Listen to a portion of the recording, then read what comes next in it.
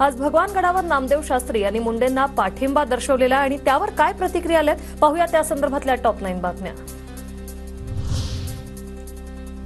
धनंजय मुंडेंच्या पाठीशी आम्ही भक्कमपणे आहोत। धनंजय मुंडे गुन्हेगार नाही ते 100% सांगू शकतो। भगवानगडाचे महंत नामदेव शास्त्रींकडून मुंडेंची पाठराखण। प्रकरणामध्ये अशी चर्चा होती की भगवानगड धनंजय मुंडेच्या पाठीशी आहे का अशी चर्चा। भक्कम पाठीमागे आहेत, केवळ पाठीमागे नाही येतो, भक्कमपणे पाठीमागे आहेत।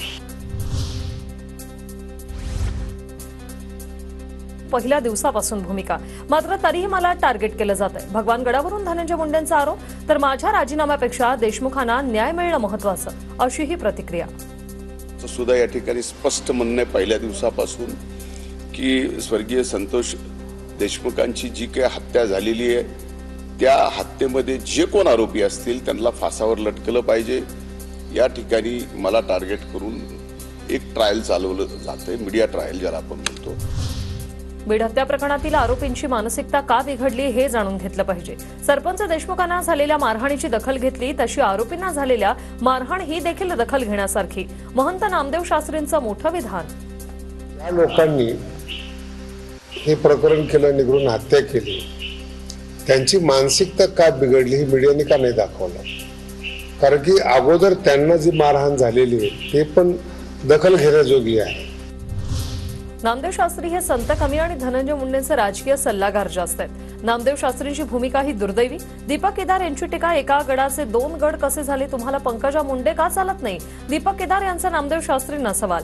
गडावरून स्टेटमेंट देणं हे समाजाला भडकवण्याचं षडयंत्र, दीपक केदार यांचा आरोप। नामदेव शास्त्रींचा इतिहास असा आहे की ते संत कमी आणि धनंजय मुंडेंचे राजकीय सल्लागार जास्त आहेत, त्याच्यामुळं ते त्याची पाठराखण करणारच। मी भगवान बाबा आणि नामदेव शास्त्रींचा आदर करतो। नामदेव शास्त्रींच्या वक्तव्यावर सुरेश धस यांची प्रतिक्रिया। तर टॉम अँड जेरी पाहणं मी बंद केलेला आहे, हा कार्यक्रम पाहणं मी सोडून दिलंय। सदावर्तेंनी केलेल्या आरोपांवर सुरेश धसांची प्रतिक्रिया।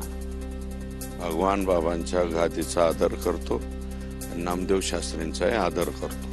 गुणरत्न सदावर्ते यांचा त्यांनी तुमच्यावरती आरोप केलेला आहे। टॉम अँड जेरी कार्यक्रम बघायचं मी बंद केलेलं आहे। धनंजय मुंडेंची दुसरी बाजू नामदेव शास्त्रींना माहीत नसावी। धनंजय मुंडेंविरोधातील पुराव्यांची कागदपत्र मी महंत शास्त्रींपर्यंत पोहोचवणार, अंजली दवान यांची प्रतिक्रिया। म्हणूनच माहिती नसावं, कारण त्यांच्या बरोबर काम करणाऱ्या लोकांना जर माहित नव्हतं तर नामदेव शास्त्रींना माहिती असणं शक्यच नव्हतं। तर म्हणून मी म्हणते की माझे जे पेपर आहेत ते मी त्यांच्यापर्यंत पोहोचवण्याची आता व्यवस्था करणार आहे। भगवानगडाच्या महंतांनी कोणाच्या पाठीशी राहावं हा त्यांचा अधिकार। महंत सीआयडी नाहीत तर 100% ते कसं सांगू शकतात की मुंडे गुन्हेगार नाहीत? खासदार बजरंग सोनावणेंचा सवाल। महंत नामदेव शास्त्रींचं वक्तव्य दुर्दैवी। खून केलेल्यांना सोडून द्या असं त्यांना म्हणायचं आहे का? आरोपींनी माणूस मारून टाकलाय, त्याविषयी भावना नाही आहेत का?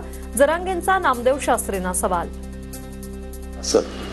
तर ही दुर्दैवी गोष्ट आहे, म्हणजे खून केलेल्याचा आनंदही की काय असा त्याचा अर्थ होतो आणि गुन्हेगारांना सोडून द्या असाही त्याचा अर्थ होतो। धनंजय मुंडेंना गुन्हेगार ठरवल्यानं आमच्या संप्रदायाचं नुकसान झालं, जातीयवाद वाढला। राजकीय पक्षांनी याची दखल घेतली पाहिजे, अन्यथा वाईट परिणाम होऊ शकतो, महंत नामदेव शास्त्रींचा सूचक इशारा। नुकसान आमच्या संप्रदायाचं इतकं झालं की संतांच्या कार्यावर कुठेतरी पाणी फिरले असं मला वाटतं। जाती सलोखा नष्ट होत चाललेला आहे असं वाटतं। भविष्यात याचे देखील राजकीय वाईट परिणाम होऊ शकतात, याची प्रत्येक पक्षाच्या नेत्याने दखल घेतली पाहिजे।